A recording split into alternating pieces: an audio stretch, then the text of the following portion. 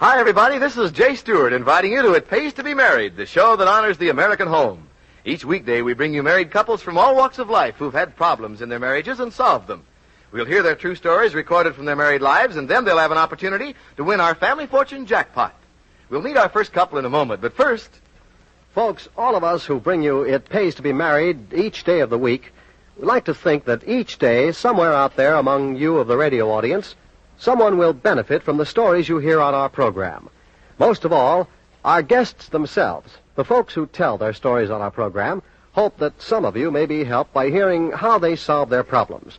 Even if one single person in the whole country gets some good out of what they've heard on It Pays to Be Married, well, it makes all our efforts worthwhile. Lots of folks have written in to say how good it is that we're emphasizing the importance of a happy marriage, especially these days when marriage is often taken so lightly. We'd like to hear from you listeners who've been helped by what you've heard on It Pays to Be Married. If you have a moment, write and tell us about it.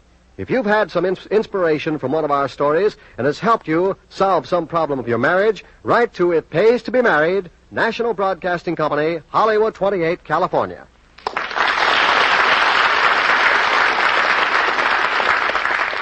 Now then, our first couple today, Mr. and Mrs. John Scovern of Hollywood, California. Mrs. Scovern met her husband when he was with the American Army of Occupation in Europe. She is a war bride from Latvia. Mrs. Scovern, how do you like America? Well, Jay, I love it. And why shouldn't I? Just look at the handsome husband I have. I'll agree with you. By golly, he's a fine-looking fella. And besides, I think American people are the kindest, the craziest, the most wonderful people in the world. Well, I hope we live up to your expectations, Ms. Scovern. Mr. Scovern, I understand your wife had quite a few adjustments to make when she first started in her role of American housewife. Yes, she did, Jay. She never could get used to the American gadgets in the kitchen. Gadgets? Well, what could you get accustomed to, Mrs. Scovern? Well, like percolators perking and refrigerators and toasters popping and washing machines. Washing machine? What about the washing machine? Oh, that washing machine. Well, it is automatic washing machine, and every time the timer would go bing, it would scare me, and I would jump a mile. Yeah? And then sometimes I put too much soap in it, sometimes not enough. Yeah, one day I come home from work and there was soap suds all over the house. Well, gee whiz, anything else you had a tough time with, Mrs. Scovern? Well, Jay, my biggest problem was the pressure cooker. One day I was making a stew, and the safety valve blew, whoosh, and the stew all over the kitchen. Took me 2 days to clean it up. My golly, this list is getting bigger, John. Anything else? Well, she wanted to make beans one evening. She took the can and put it on the stove and didn't open it up. Oh, my. As you know, the pressure builds up in the can from the heat, and when she punched a hole in it, the beans flew all over the ceiling. Oh, my, such problems. Well, Mrs. Scovern, you had a little difficulty reading our American labels, too, didn't you, on the can? Oh, yes, Jay. I had to open up the can first to see what I was making for supper. My goodness. I bet you're afraid to buy her any more modern appliances after all the mishaps you've had. Well, no, I just recently bought her a Kelvinator electric range, and it was so pretty the first week she just sat and looked at it. Oh, golly. Well, sir, Mr. Scovern, may your meals improve and your good humor continue. And Mrs. Scovern, welcome to America, and thanks for telling these stories on yourself. We have a beauty gift for both ladies appearing on our program today from Richard Hudnut of Fifth Avenue. Everything you need for beautiful hair. Enriched cream shampoo, Richard Hudnut cream rinse, and the wonderful new Richard Hudnut home permanent. Oh, wonderful. And here's some more gadgets for you to get used to, Mrs. Scovern. To keep your floors looking lovely from the Beacon Wax Company, a fine precision-built twin-brush electric floor polisher and scrubber. Oh, goodness. Together with a generous supply of Beacon Wax, the wax that outshines and outlasts all others, and something else for your kitchen. A beautiful Dormeyer electric food fixer. Oh, thank you. You're welcome. It's a grinder, juicer, mixer, all in one complete unit. You'll be thrilled every time you use your Dormeyer. Now, in just a few moments, you'll get a crack at our big Family Fortune jackpot that's filled with wonderful prizes and $250 worth of groceries. Thank you for being with us.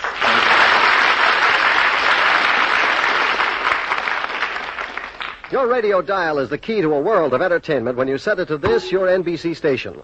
Wherever you hear the familiar 3 NBC chimes, you know that wonderful radio entertainment awaits you. There's drama, mystery, music, news, and comedy. And Wednesday night in the comedy vein, be sure to listen to Groucho Marx with You Bet Your Life. It's a fast-paced half hour of question marks and laughs as Groucho throws barbed insults at his contestants from the studio audience. Of course, it's all in fun and all for fun when you set your dial to NBC Radio for Groucho Marx playing You Bet Your Life. Join him Wednesday, the same night you hear Willard Waterman in the blustering role of Throckmorton P. Gildersleeve, the Great Gildersleeve. It's a riot of family comedy fun when Throckmorton bumbles his beleaguered way through another escapade as Summerfield's water commissioner. You'll agree, we know, that Wednesday is wonderful when you set your dial right here to this station for all of the fine entertainment broadcast over the NBC Radio Network.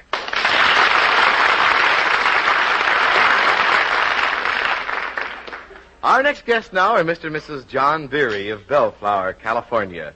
Mr. and Mrs. Beery both live in a world without sight.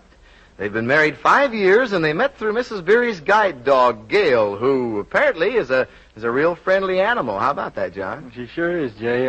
The first time I saw her, why, she kissed me, and that led to meeting my wife, Beverly. Now, who kissed you, Beverly or Gail? The dog. Oh, the dog. That was about 6 years ago, wasn't it? It gave you a chance to meet Beverly, and it took place during an intermission of a dance being held at a recreation center for the blind. Was he a good dancer, Miss Beery? Well, we didn't dance till after we were married, and I found out he wasn't any good, so I made him take dancing lessons. Well, good for you. After your marriage, were there any adjustments either of you had to make to each other and to your problems of blindness? What about you, Mrs. Beery? Well, yes, I had never kept house before, so I had to learn how to keep house and cook and run a sewing machine. Her sense of touch is quite unusual, isn't it, Mr. Beery? Yes, it is. She can tell the difference between the back and front of a material just by the feel of it with her fingers. The back and the front, just by feeling, goodness sakes. Well, what adjustments did you have to make to this marriage, Mr. Beery? Well, it was a minute one. I had to get up in the middle of the night with the first baby and walk the floors, 2 and 5 o'clock feedings. He was supposed to, but I think I usually ended up doing it. I think a lot of mothers know exactly how that is, Mrs. Beery. Well, I understand that after about 2 years of your married life here in the coast, you moved to Omaha, Nebraska, where John was offered a training course in radio engineering. And you lived in a housing project there in Omaha, didn't you, Mr. Beery? That was a big deal. There was about 1,500 kids around there in 4 square blocks, and our little boy Michael, and with the broken windows and snowballs and everything, we had quite a time. Yeah, I guess you would. Well, while you were raising your youngster there and John was going to school, your plans had a temporary setback. Could you tell us about that, Mr. Beery? Well, I was returning from the store with the dog one day, and I was hit by an automobile. This accident almost terminated your training for radio engineering, didn't it? Yes, it fractured my shoulder, and the doctor didn't think I'd ever be able to use my arm again. Well, what was your acceptance of that verdict of the doctor's? Well, I just couldn't believe it. But why did he refuse to believe it, Beverly? Well, we both had a lot of faith in God, and we prayed that God would be merciful. Well, your prayers were answered, weren't they? They sure were, Jay. I have full use of my arm now, and, of course, the only thing that gives me any problem at all is I can't scratch my back with it. What do you do when your back itches? I use the other one. Oh, well,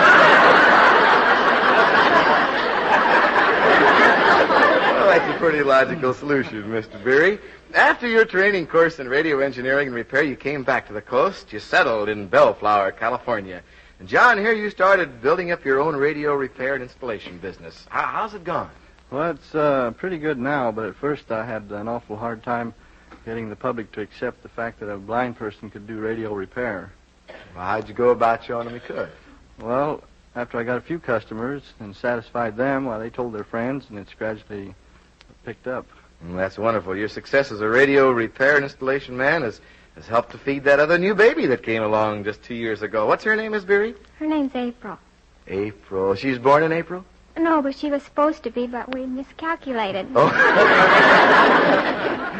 Well, together, in spite of your handicap of blindness, you folks are living happy, normal lives. And, Mrs. Beery, I think your philosophy about marriage is best expressed in a poem that you composed and personally typed and mailed to our program. I'd like to read it if you give me permission. Certainly, Jay, if you can stand to read it. I certainly can. I know the folks will enjoy hearing it. It pays to be married in cash, I'd say no. But it taught me to cook and it taught me to sew. It got me 2 children, a girl and a boy, and it brought me some tears, but overcome more by joy. It brought me a house, a home I shall make. It pays to be married if you'll give and you'll take.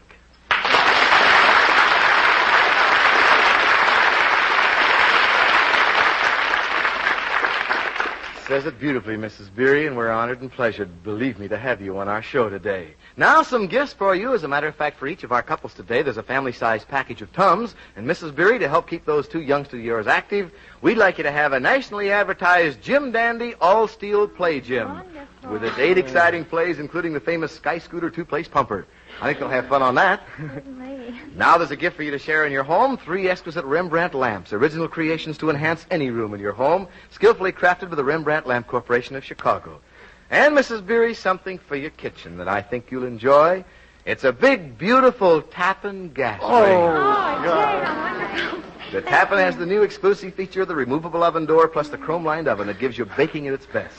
Good foods just happen when you're cooking on your Tappan. I think it'll help your cooking, maybe even, Mrs. Beery. Thank you so You're much. very welcome. You're very deserving. Please stand by now for our Family Fortune Jackpot. May the days ahead be filled with health and happiness, and the best of luck for you.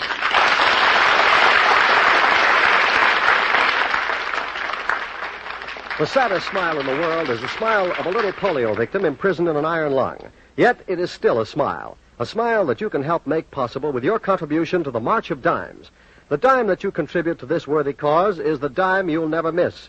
It's the dime that will help that small boy out of the iron lung.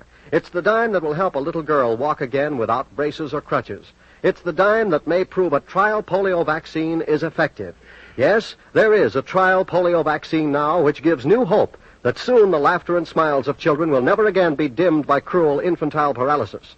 This is the year of decision in the fight against infantile paralysis. Your dimes will help in this mass test of the trial vaccine. Your dimes will help pay for more gamma globulin, the temporary paralysis preventive. For victory over polio, give to the March of Dimes. A blessing given is a blessing received. The dime you give to the March of Dimes is a blessing to some child crippled with infantile paralysis.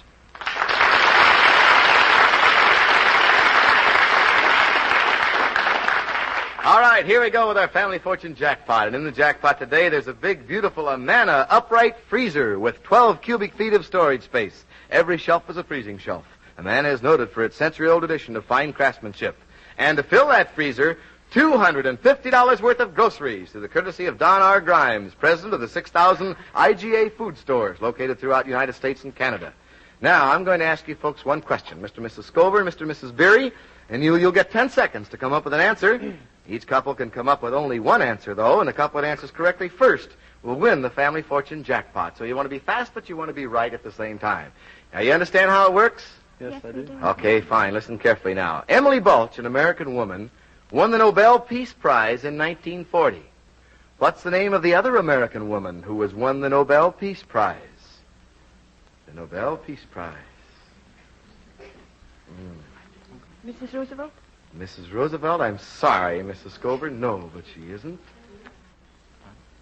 And the time is gone. It was in 1931. It was Jane Addams. Jane Addams in 1931 won the Nobel Peace Prize, the second American woman. Well, those prizes in our jackpot will be given maybe to somebody tomorrow if somebody comes up with the right answer to our jackpot. Right now, may I say thank you very much to both you couples. Good luck, good health, and thank you for being on our show.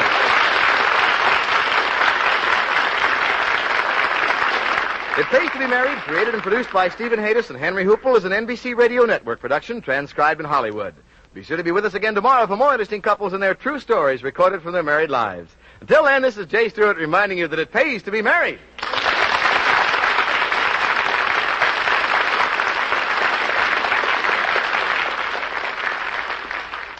Hear exciting big story tonight on the NBC Radio Network.